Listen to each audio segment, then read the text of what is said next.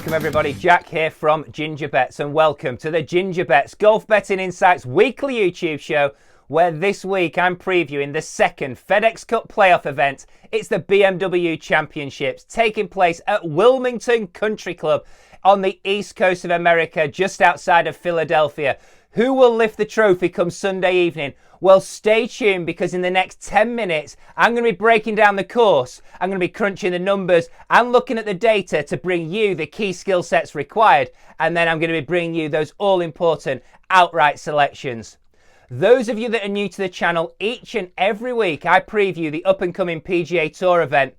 Like I say, I crunch the numbers, have a look at all the data and break down the course. Look at the key skill sets required and then from that deliver my best outright selections each and every week for the up and coming PGA Tour event.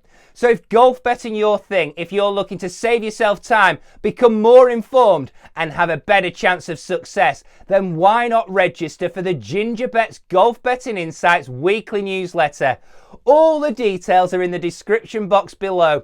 It's one weekly newsletter direct to your inbox, no sales pitch, no spam, just well-researched information that's sure to save you time, it's sure to make you more informed, and it's sure to point you in the directions of more winners. What's not to like about that? So have a look in the description box. All the details are there on how to register. It will take you less than 1 minute. It can become part of your weekly golf intake. So have a look, all the details below. But as I've just touched upon, in the next 10 minutes, I'm going to be breaking down the course. I'm going to be breaking down those key skill sets required and revealing those outright selections. So let's not hang about. We want to keep this short and sharp for you. So the course this week, it's a par 71 and it's a mix of the north and south course at Wilmington Golf and Country Club.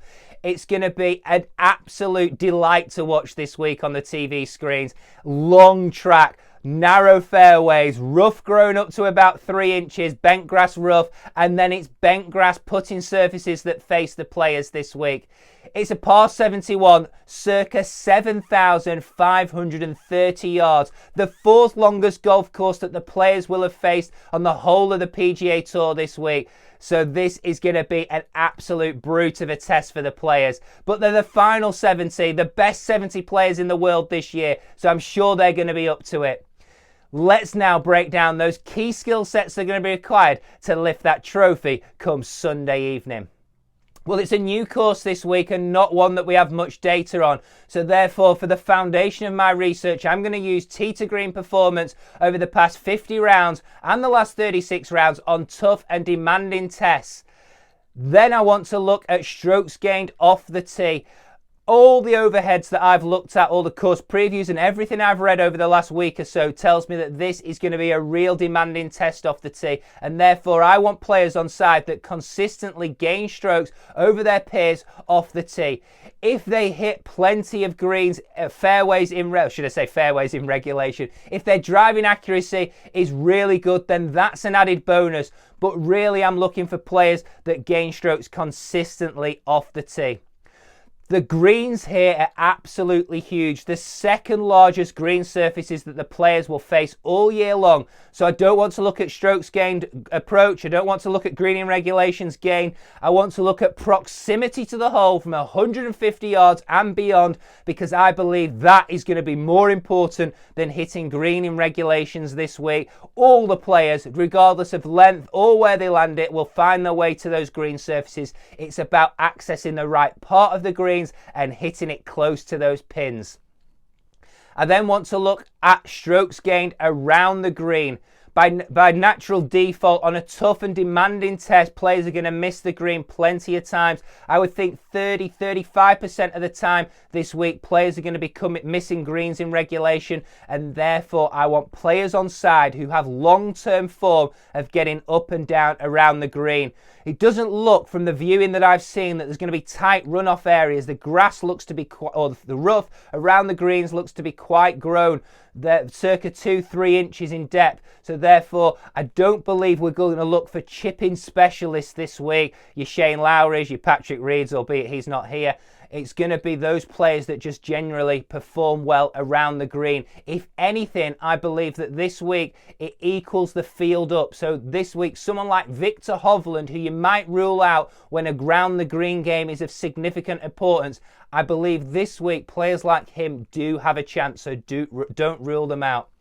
And last but certainly not least, it's the bent grass putting surfaces, and I want players on side that have shown time and time again they can perform on this grain of grass. So to recap, it's tee to green performance, it's off the tee data, it's then proximity to the hole from 150 and beyond, strokes gained around the green, and last but certainly not least, it's those that excel on the bent grass putting surfaces. That's the course, that's the key skill sets. Let's get into those all-important outright selections.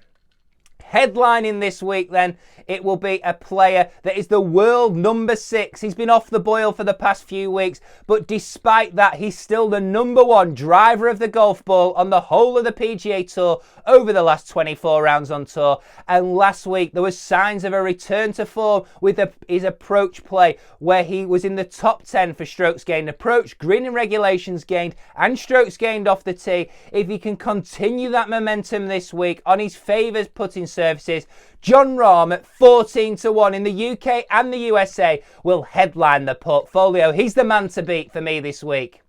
Second up, it's a major champion, an elite level driver of the golf ball in terms of accuracy and distance.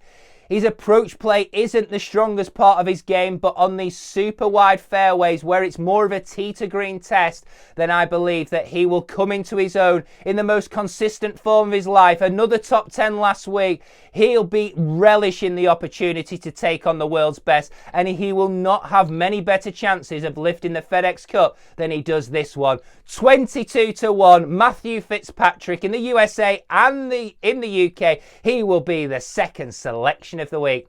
Third selection of the week, a player a bit like Jon Rahm. He's not had the best of 2022s, but I'm willing to forgive him that. He showed some signs last week that the game is returning to somewhat near his best. He's been driving the ball poorly, but last week he ranked 5th in fairways gained, and he was in the top 15 for strokes gained off the tee. He's actually an underrated driver of the ball. He's not that short despite what people say. He is an elite level driver, and I think that this course will certainly suit him.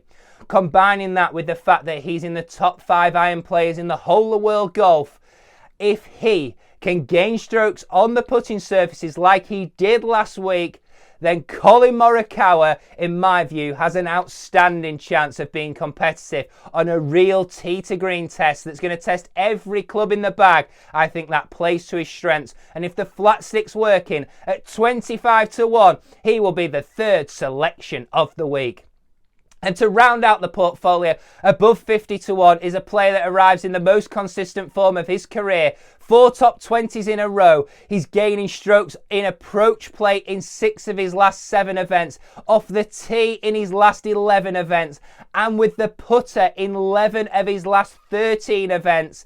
If he can continue the momentum this week on a course that will really suit his style of play, he's super long and he's an aggressive golfer who's got an underrated iron game and an underrated flat stick. 66-1 in the USA, 80-1 available, 70-1 available in the UK.